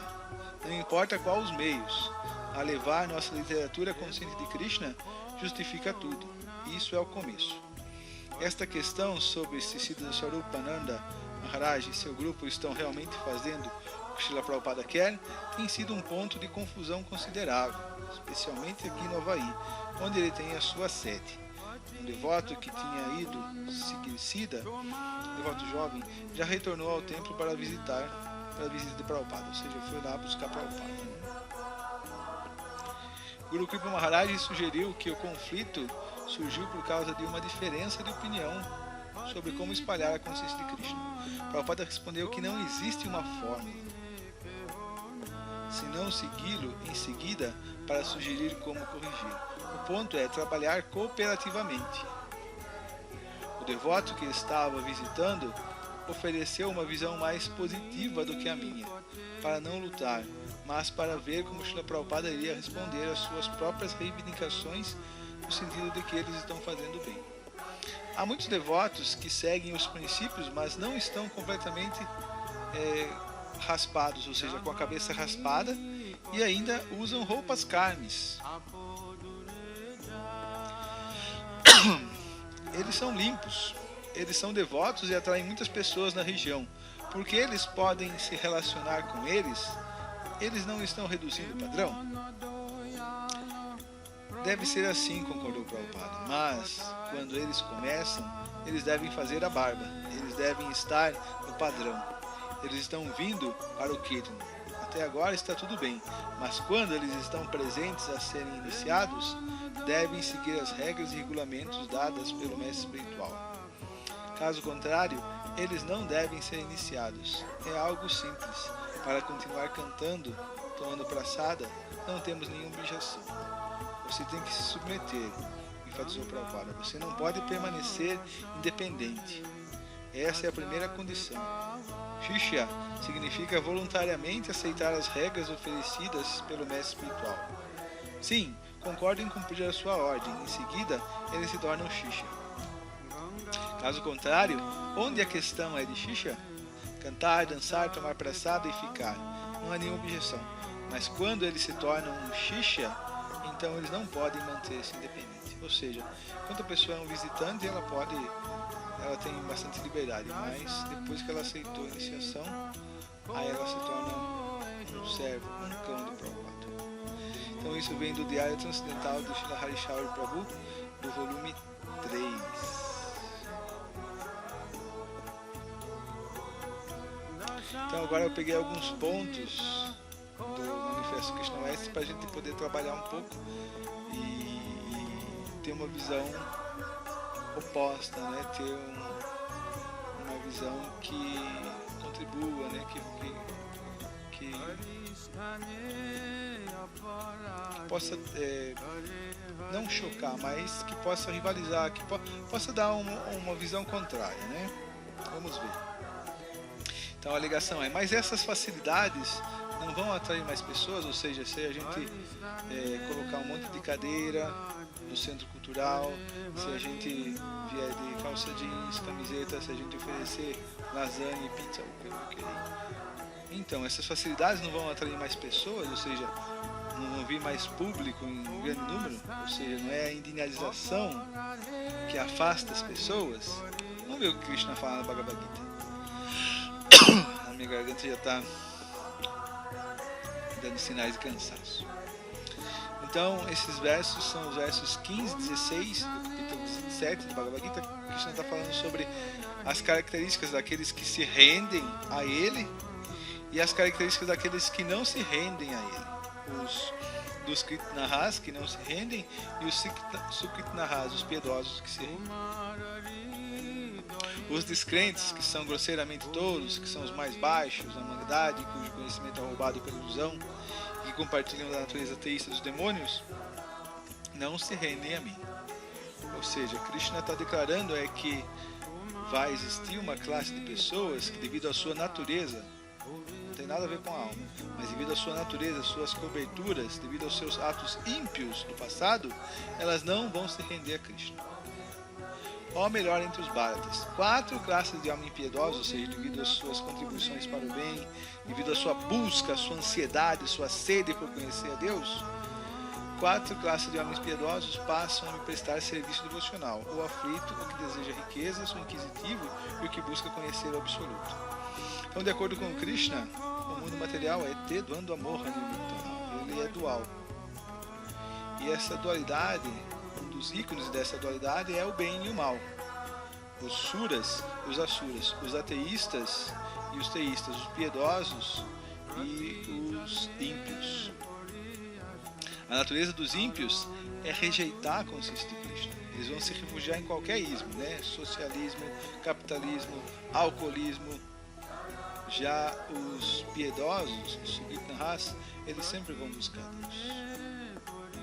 Então, será que alguma atividade externa, alguma atividade aparente, alguma mudança vai conseguir repelir os piedosos e atrair os não piedosos?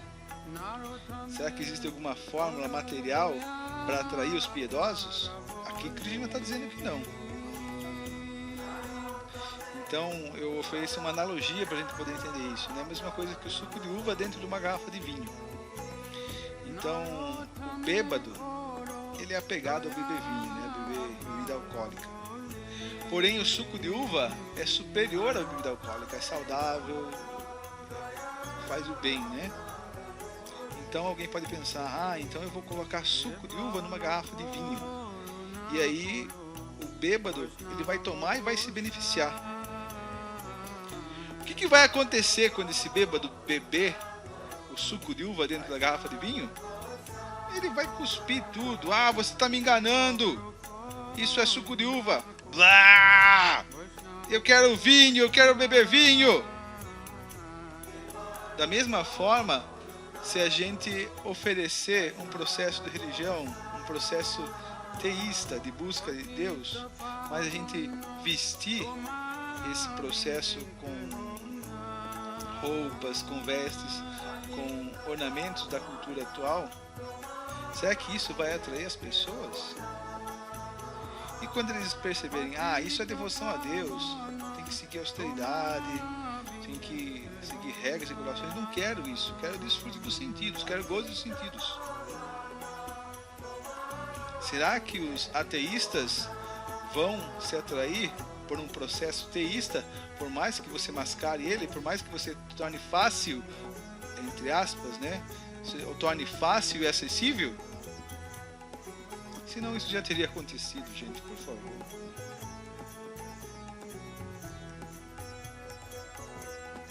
Então, como o Krishna West, né, tem até aquela ilustração do Partenon na Grécia, como o Krishna West gosta, né, do meio acadêmico, da universidade, onde circula a porcaria do conhecimento ocidental. Então eu trouxe uma grande representante do conhecimento acadêmico, né, que é a Danielle Ervil-Leger. Ela é uma socióloga da religião e ela trabalha também com essa questão, né, como é que a tradição é passada, né, como que o conhecimento religioso ele impregna para as próximas gerações. Então ela também debate esse assunto e vamos ver um pouquinho como ela fala, né? Então o livro dela é um livro famoso, né, O Peregrino e o Convertido. Os professores aqui da PUC Minas do curso de Ciência da Religião gostam bastante dela.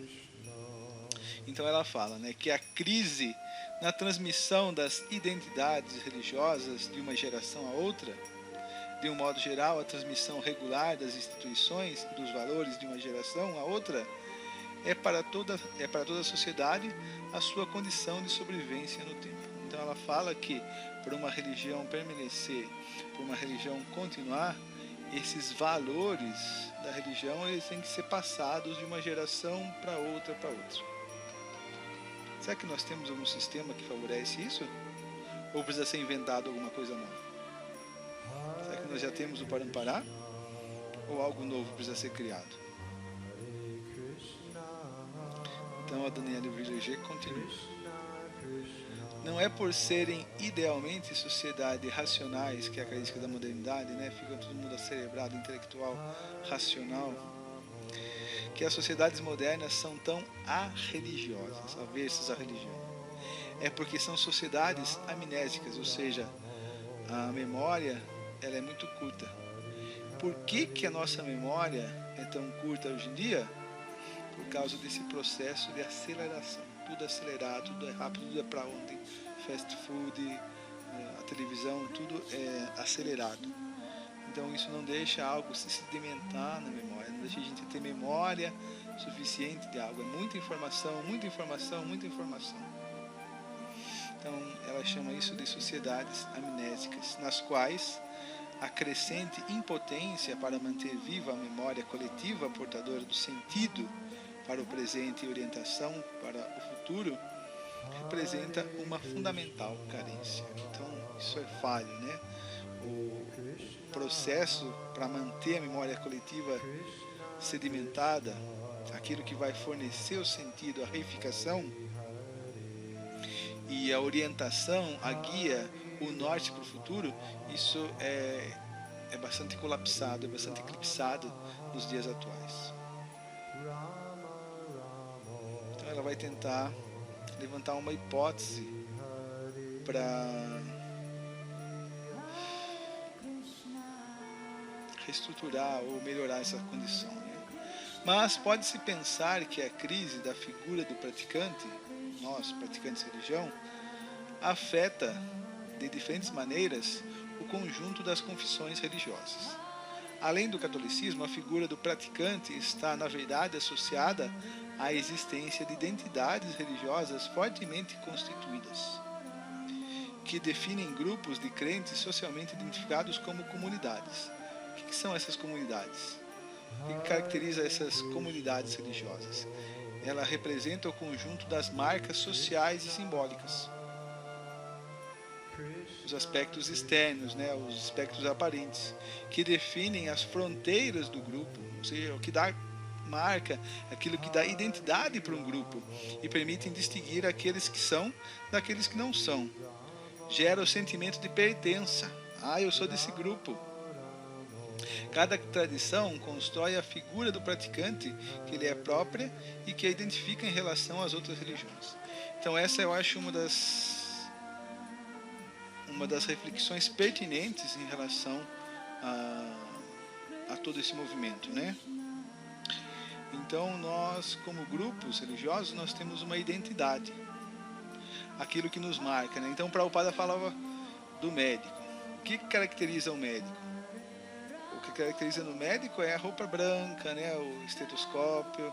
Quando você vê alguém com essas características, com esses símbolos, ele pertence à comunidade médica. Então quando você vê alguém de vermelho, ele pertence à comunidade dos bombeiros. Quando você vê alguém com arma, com roupa camuflada, capacete, esse é um membro da comunidade militar. Então quais são os traços que dão identidade, que dão marca à comunidade Hare Krishna, à comunidade Vaishnava?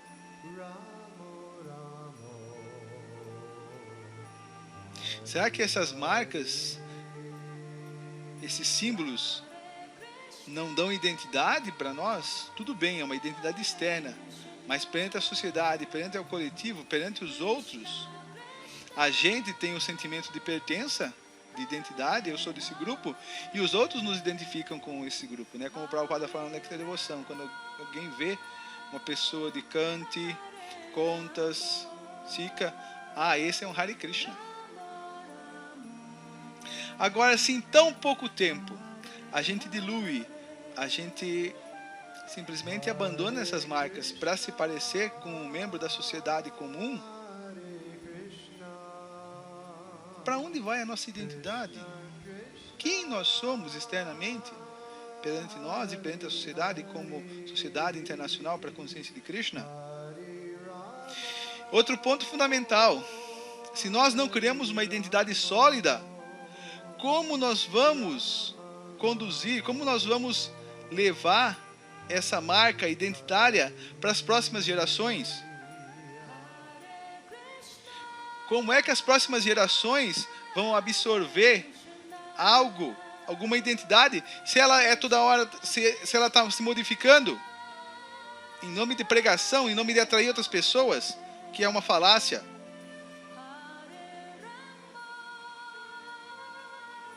Da mesma forma como o Descartes fez. Na época do Descartes, a religião em voga, o cristianismo, o catolicismo, ele estava cometendo abusos. Ele estava castrando os intelectuais e abusando da liberdade e das pessoas em geral. Então havia necessidade de mudanças. É lógico que por trás tem a influência de Kali, não tenho dúvida. Mas o Descartes ele resolve se desvencilhar da religião, da revelação bíblica e criar um processo no homem. Res cogito, ou seja, eu sou um ser que pensa. Então esse pensamento, essa razão é a autoridade. Então na época foi de grande proveito. Mas quais são as consequências para isso, né? O niilismo, Nietzsche, hoje em dia, né, mesmo a sociedade secular, a laicização, todos isso são frutos colhidos dessa semente do antropocentrismo. Da mesma forma, agora a gente está querendo, em nome de pregação, mudar as nossas características, nossa identidade. Qual vão ser os frutos que vão surgir para as próximas gerações? Será que as próximas gerações vão conseguir seguir? Se elas não vão ter uma referência identitária forte, bem sedimentada, bem criada, como o Prabhupada fez? Será que essas mudanças vão realmente atrair o público? Será que é isso que afasta as pessoas da consciência de Krishna? Então são alguns pontos para a gente refletir. Então a gente já está terminando, né? Guna, Karma, Vibhagaja. Então aqui é um trecho do verso 3 do capítulo 4 da Bhagavad Gita, né? Falando sobre o Chaturvarnya Marshastan. Então outro título que a gente poderia colocar mais próximo é Guna, Karma, Swabhava. Ou seja, a minha natureza, ela é formada por Guna e Karma, né? Pelos sanskaras, né, por nossas impressões e outros sedimentos que vêm se depositando na nossa consciência vida após vida, né? Então, devido a isso, a gente pode identificar sempre dois grupos, né, Tedwanda, ou seja, dualidade, né? A gente sempre vai ver um grupo, né, pessoas que são mais ortodoxas. Eu devo confessar que, de certa forma, eu me enquadro nesse grupo, não que eu seja uma pessoa ortodoxa, muito pelo contrário, acho que pelo contrário, né? Mas eu vejo que a tradição mantém uma religião e as mudanças diluem uma religião. É o que eu consigo constatar no movimento humano, no movimento histórico, né? Então, por exemplo, os católicos. Apesar de toda a dificuldade com a escritura bíblica, né, dela ser uma coxa de retalhos e não ter uma documentação, uma base tão sólida, mesmo assim ela foi mantida pelos católicos por 2000 anos. Quando existe a necessidade de mudar alguma coisa dentro da tradição católica, eles levam 100, 200 anos para fazer uma mudança. Isso chama-se tradição. Uma religião se mantém por tradição. Ou então o processo de Puri, Jagannatha Puri, o templo do Senhor Jagannatha. Nós ocidentais não podemos entrar. Por quê? Se hoje nós, nascidos em famílias ocidentais, mas seguimos 4 princípios, cantamos os santos nomes, lemos o Bhagavad Gita, o Srimad Bhagavatam, adoramos o Senhor Jagannatha, porque não podemos entrar no templo do Senhor Jagannatha. Então eles vão falar que é por causa de uma tradição. O templo de Jagannatha, ele não pertence a nenhuma sampradaya. Eles são baseados numa mera tradição. Mas vejam que essa tradição vem mantendo há milhares de anos, né? É lógico que a ortodoxia às vezes é conservadora, é pesada, é chata. Por outro lado, então, existe um tipo de personalidade, uma natureza que influencia a personalidade a tornar as pessoas mais heterodoxas, mais liberais, mais tolerantes, não tão chatas, né, tão metódicas e que nada pode ser mudado, né? Elas veem também a questão da essência, né? E não simplesmente seguir. Elas usam o cérebro, elas questionam. Então existem, né, os ortodoxos e os heterodoxos. Aí a grande questão, né? Qual dos dois seria a melhor personalidade para manter uma religião? Qual dos dois, os heterodoxos, os ortodoxos, seriam um traço de perfil para passar, para impregnar, para popularizar a mensagem religiosa? Nenhum dos dois. Os dois são envoltos em relação às dualidades do mundo, homem, mulher, preto e branco, homossexual, heterossexual, judeu, muçulmano, ortodoxo, heterodoxo. Isso são traços materiais em nossa consciência. Elas não refletem o eu em si, o verdadeiro eu. Então nós entendemos, levantamos a hipótese de que a melhor maneira para propagar a consciência de Krishna seria através da pureza. Pureza é a força, como dizia Prabhupada. O método já está dado. Prabhupada deu um método suficiente, um método que vai funcionar por muito e muito tempo. Então, por que Prabhupada conseguiu alastrar a consciência de Krishna de maneira avassaladora, né, para o mundo todo, né? Em 11 anos conseguiu dar a volta ao mundo 13 vezes, iniciar mais de 5.000 discípulos, traduzir mais de 80 livros. A potência que Prabhupada tinha para propagar, para contagiar a consciência de Krishna nas pessoas. Um dos pontos é que Prabhupada tinha pureza. Então, pureza é a força. Prabhupada tinha rendição ao mestre espiritual dele. Prabhupada tinha conexão com o Guru Parampara. Prabhupada seguia a mensagem e as práticas deixadas para ele pela sucessão discipular. Ele não quis mudar nada. Ele simplesmente tinha fé que aquela fórmula era perfeita. E junto com essa fórmula, ele tinha pureza, ele tinha rendição total, ele não tinha duplicidade. Ele não tinha busca de gozos sentidos. A única coisa que o Prabhupada queria é o benefício das pessoas, salvar o mundo. Ele sabia, tinha certeza que a consciência de Krishna que é o que vai realmente salvar o mundo, e não qualquer outra fórmula material. Então essa pureza ela vem do Tamadikari, o devoto puro. Se a gente quiser propagar essa mensagem da consciência de Krishna, do Senhor Chaitanya, nós temos que nos tornar pessoas santas. Temos que nos tornar devotos puros. Perguntaram para Chaitanya Mahaprabhu, né, qual é a característica do devoto? O devoto é aquele que faz os outros cantarem os santos nomes. Então, devido à sua pureza, devido a ele estar em contato com os santos nomes puros, devido ao fato dele estar em contato com Krishna através dos santos nomes, isso contagia. É isso que vai propagar a consciência de Krishna, a pureza, a devoção plena, a rendição plena, a pureza de coração e ser uma via médium transparente de Krishna para as pessoas em geral. Qualquer outra fórmula, ela já está dada. A Prabhupada já deixou o caminho muito bem traçado. E simplesmente pelo fato de a gente seguir com pureza, com rendição, sem subterfúgio, sem gozos sentidos, sem deixar a consciência de Krishna em segundo ou terceiro plano, se rendendo completamente, a gente vai ter pureza e força para disseminar e alastrar para o mundo todo a consciência de Krishna.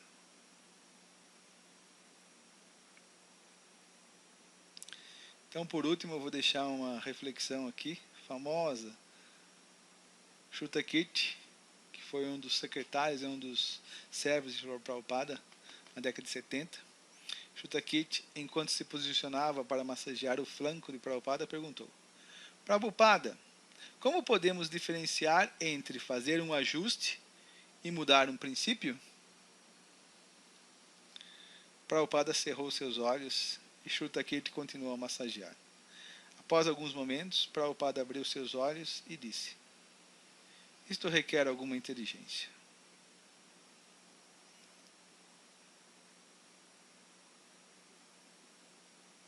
Srila Prabhupada em combate. Ki Jai. Então, muito obrigado pela atenção de todos. Na verdade, o que eu queria fazer com esse vídeo é trazer alguns pontos para reflexão, sem colocar uma pedra, sem colocar um ponto final nessa discussão.